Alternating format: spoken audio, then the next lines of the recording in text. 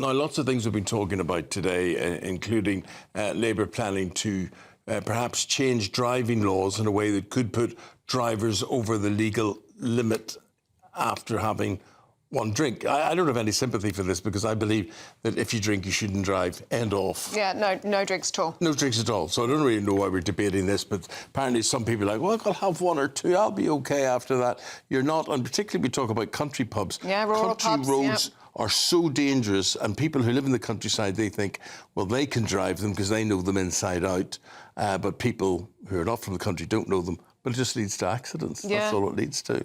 Anyway, but the worry is, as we go to pub landlord for the Bright Star in Peters Green, the worry is that this could be another nail in the coffin, of course, of this. I'm sorry, I don't have your name. Who are you, sir? Guy Richardson. Right. Guy Richardson. What would this mean for you, Guy, if this were to come into force, essentially meaning that some people couldn't even have one drink in a rural pub? I think I tend to agree with you guys. I've got a similar sort of stance on drink driving. I think a zero tolerance I think it's not a bad thing, if I'm perfectly honest. My comment really is it's just another scaremongering tactic that the government's just trying to sort of introduce to stop people coming out altogether. How do you feel? I mean, this has been described as the death knell for pubs by Nigel Farage and Reform UK. I mean, we saw that Rachel Reeves yesterday declining that additional support for pubs. How is the industry standing up against all of this? Well, I think the term the death knell is not probably right in this instance. That's been sounding for quite some time now. Excuse me. In general, the effects that sort of with the duties, the VATs, the whole package that this and previous governments put together, I think they've collectively just built up the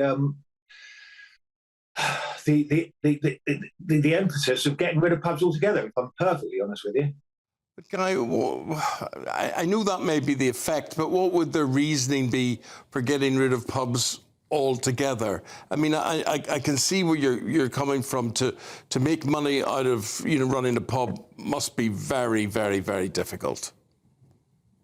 It's difficult to the point it's becoming pretty much impossible now. I mean, I'm a free house, and so therefore my buying power, want of a better word for it, is a little bit better than people that are tied into pubs. We've got 3 pubs, fairly large pubs, fairly close to us in the villages. All the next one closes on the 18th of January, and they're relatively successful businesses in terms of income. It's hard to make any sort of money at all in pubs. It's very, very, very, very easy to lose a lot of money in pubs. That's for sure. Yeah. Guy, it can't be right, can it, that the government gets more from the cost of a pint than the landlord does? We've been discussing here in the studio this morning. Do you think that landlords need to be the new farmers? Do they need to protest in Whitehall about all of this, get their voices heard? I would love to think that the pubs could, and the landlords and landladies could be the new farmers, for sure.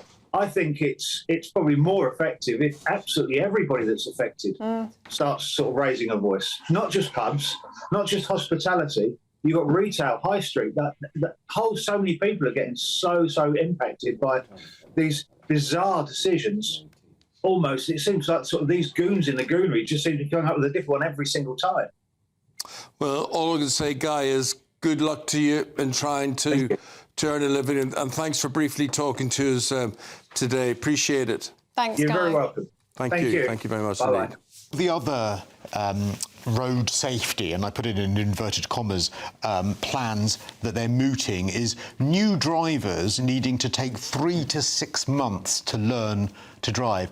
So putting a mandatory gap in between your 2 tests, your theory and your practical, so that it stops younger drivers getting straight onto the road. Isn't that happening anyway? Well, I think it's happening by default because they're so behind. Exactly. So now they're probably going to say, oh, no, we're making it formal rather than we're being rubbish. I'm not sure what difference that makes. I don't think it makes any You're either difference. good enough to drive, you're not good enough to drive. It doesn't matter putting 6 months between. What they should be doing is putting 6 months between the test and driving on a motorway. Because it's unrealistic, really, and I can't believe you can, at 17, 18, pass your test, look, then have access can't to the believe motorway. you How do you don't practice for a motorway? Well, I think you would have to practice driving formally and then get a driving instructor in with you to actually do it. Why is a motorway drive not part of the test and not a mandatory lesson that you have to have within your driving lessons? That's insane to me. Convicted drink drivers having alco locks. So this is someone who is potentially a breathalyzer installed in a vehicle to prevent a driver using it if they've consumed alcohol above a set limit. Just get someone else to blow in it, won't they? Well, they will, firstly, but secondly as well, what worries me about this sort of thing, also they're cracking down on motorist and child safety ones and all of this sort of stuff. This is all the slow march towards trying to restrict our use of vehicles. I really do believe that. Some things are common sense, but for instance, this breathalyzer thing, great, it'll start off being people convicted. How long will it take before we're all having to blow into a breathalyzer when we get into a car? Well, under the Human Rights Act as well, probably people will say, oh, it's not very equitable to have only me the single die because I've been done for drink driving. Everyone should be made to drink. Everyone should be doing it. Motorist and child safety focus, because motorcyclists and children are the most likely to be hurt by vehicles. Well, great, but are we going to start teaching pedestrians the Green Cross Code again? Because I'm sorry, like phone zombies who are wandering into the street constantly or in their earphones. Yeah. You know, what we've done is we've stopped teaching people how to cross the road and teaching people to be aware of their surroundings. And we're saying, drivers, it's all on you. Everything is on you. And actually, people are fallible and make mistakes. So I worry that although this is good on paper, this is all part of trying to just shaft drivers even further. If it is because they want people off the road, then there needs to be viable alternatives in terms of public transport, which there just isn't. There isn't.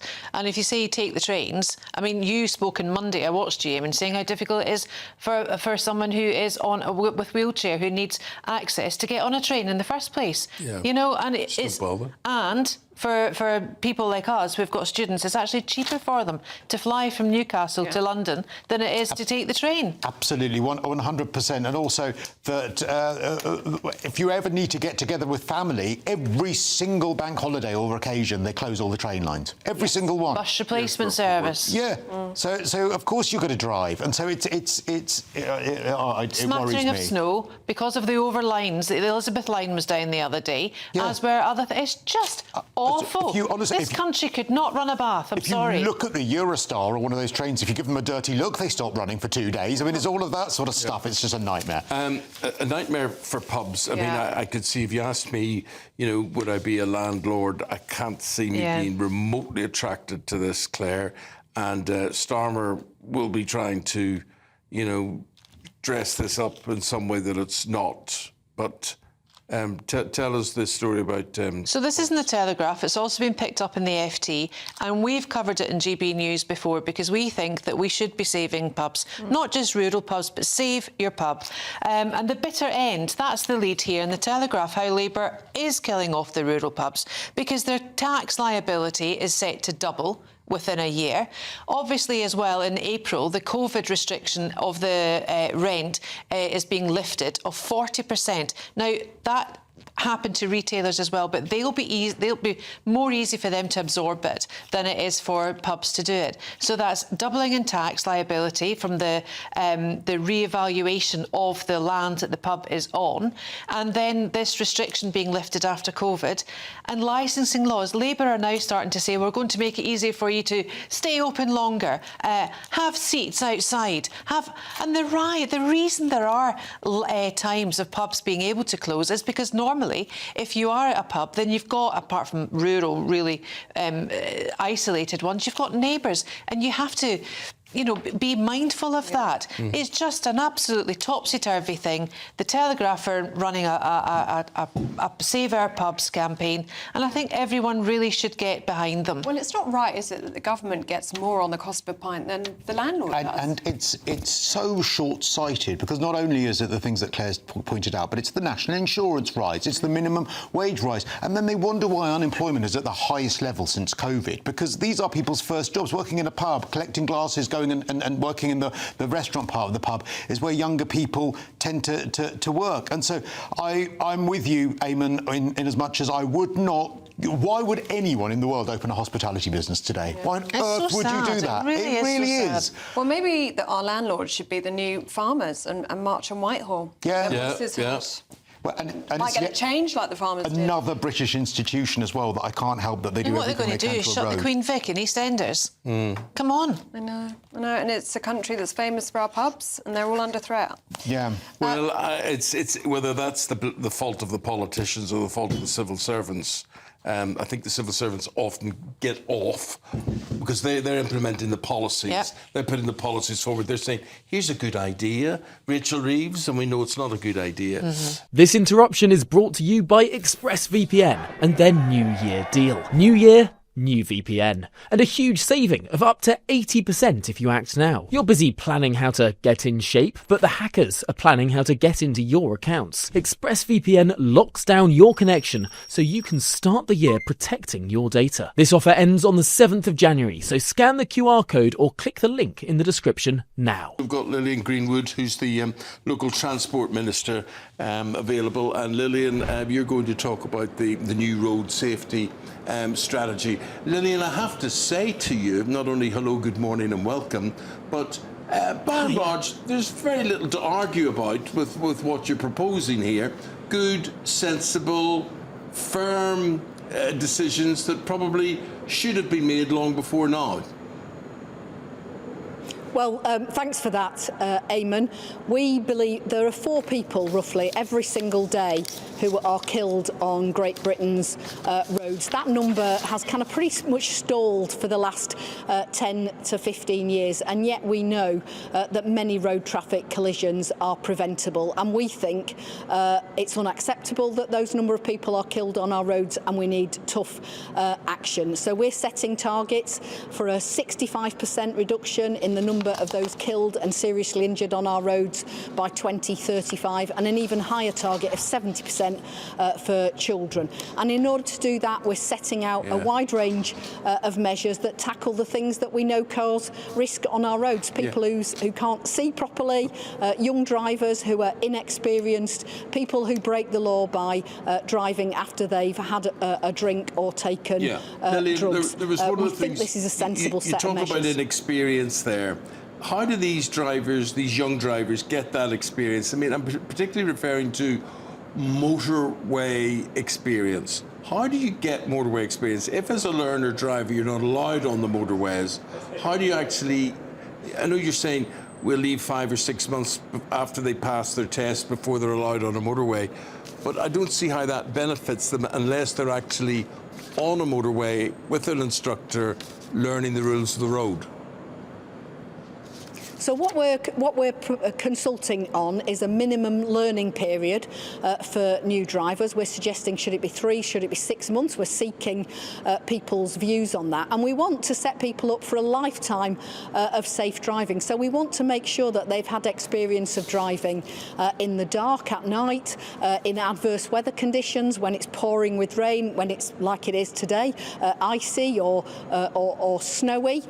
We think we're consulting on what should be the syllabus. Obviously, we want people to have experience of driving on those fast roads as part of their learning to drive experience. The rules changed not some time ago so that people can have lessons on a motorway, and obviously I would often advise that people have lessons after they've passed their test to strengthen their driving.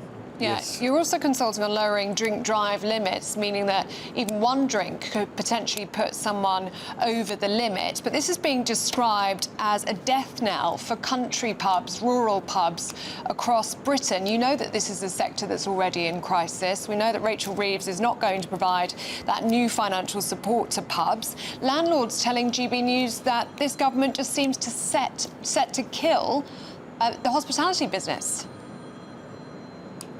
Well, look, there were 260 people killed by drink drivers last year. Every single one of those deaths is preventable. And I think about the families absolutely torn apart when a member of their family has been killed by a drink driver. And I've sat down with many of them over the last 18 months, and that demands action.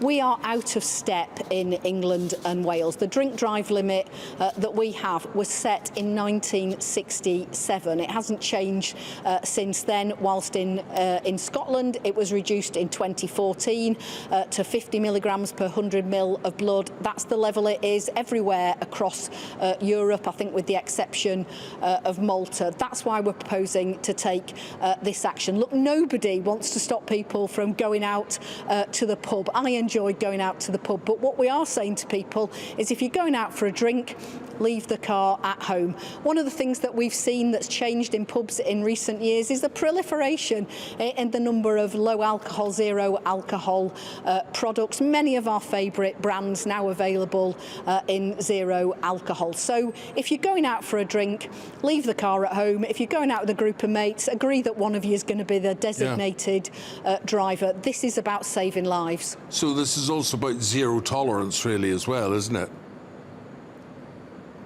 Yeah, I mean, as I say, 260 lives lost to drink drivers.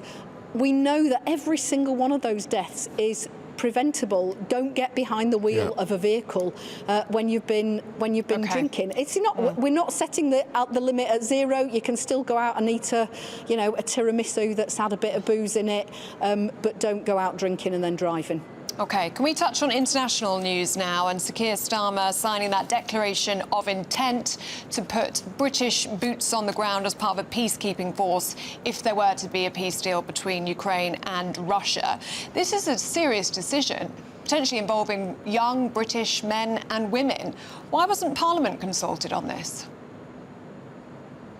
Well, look, I'm sure that we will want to debate this in Parliament, but the starting point for this is we need an end to the fighting, and that lies squarely with Putin. He started this illegal war, and he has the power to finish it. We, as a country, have stood with Ukraine throughout this conflict, and we'll continue to do so. Parliament's debated this many times, and there's cross-party agreement about the need to support the Ukrainian people, and that's what I'm absolutely clear we intend to do. I'm really proud of the role that our Prime Minister and our country has played in supporting the Ukrainian people, but the next steps sit firmly with Putin, as they always have done. But with serious shortfalls in our domestic border control, how can Britain commit to patrolling another country's borders? Look, what we're talking about is supporting the Ukrainians so that a Russian invasion of this type could never happen again. It's why we've had to make some really difficult choices in order to invest more in our defence. And of course, this is in our national self-interest as well. We saw the impact it had here in the UK when Russia invaded Ukraine, and it pushed up all our energy bills. It makes the whole of Europe less safe and less secure. That's why we support Ukraine. We are determined to continue supporting them and to stand firm in the face of Russian aggression. And that's why we've been playing a leading role in this coalition of the willing. But the first step is an end to the fighting. And Vladimir Putin is the one who can deliver that, and he should. What's the government's response to President Trump not ruling out taking Greenland by force? Does the government believe that the NATO alliance is now under threat? Well, look, President Trump is given to making these sorts of statements. We've seen it in his past presidency. We've seen it in this one. We could not be clearer. The future of Greenland is a matter for Greenlanders and for the Danes. They are our European allies. They are our NATO allies. This is a matter for them, not for the United States. OK. Lillian Greenwood, thank you very much for joining us on GB News Breakfast this morning.